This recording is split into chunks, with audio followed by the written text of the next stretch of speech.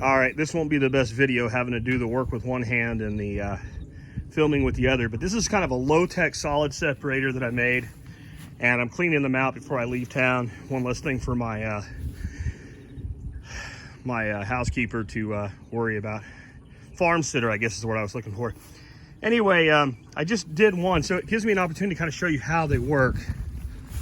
So this one right now I have running way hotter, faster than I usually do to get it filled back up after service. But the tank's down in here. There's a hole in the lid like you saw. This pipe goes down inside the tub, and these are those like 4-gallon Rubbermaid tubs.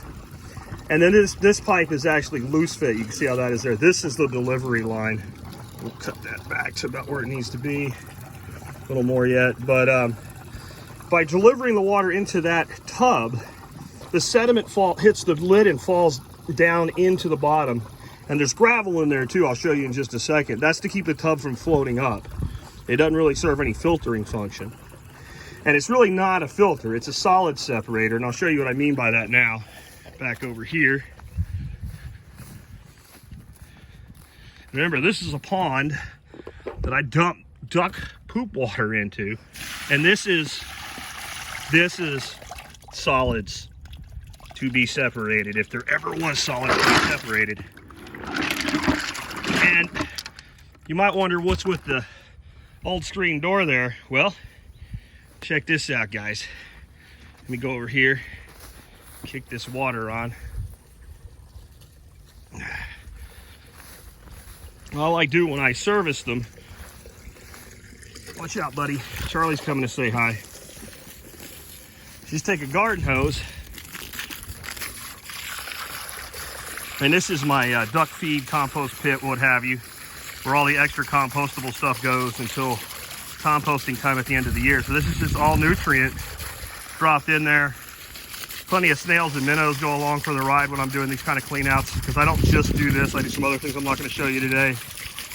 But that's just way more water than I needed to use there. All right, Charlie, you can't go over there, bud. All right, I need to get him back out of here. I don't want him over on this side right now.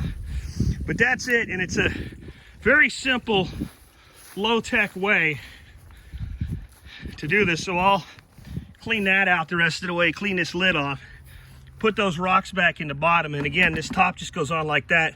That delivery pipe goes in there, the water hits the bottom, comes up. There are a few holes in the sides of these things, but I don't even think you really need that at all. There's enough bypass, you're not sealing this in. So it's a simple idea, and there's probably a dozen different ways to do the same thing with different size totes and what have you. The only thing is, whatever tank you put that in, you're giving up that space that could be used for fish. Now, stuff will go in there, but overall, it's a pretty uninviting environment. You can see I have them up in here. And the reason I have them in here is this is the highest part of the system, so the water comes up from below, goes into the system. There's natural sediment fall in these. In fact, what I'm doing now is all the stuff that didn't get caught, scooping out. I use one of these about once a year, and I just dredge the bottom of these top tanks with it and this goop. And again, we'll take this goop. Come on, Lulu. Lucy's here too now. Everybody wants in. And we'll dump this goop in here. Look at that nastiness. All right, there you go, guys. That's high nutrient stuff that'll be part of our compost, along with our biochar mix and everything when we get to the end of this season.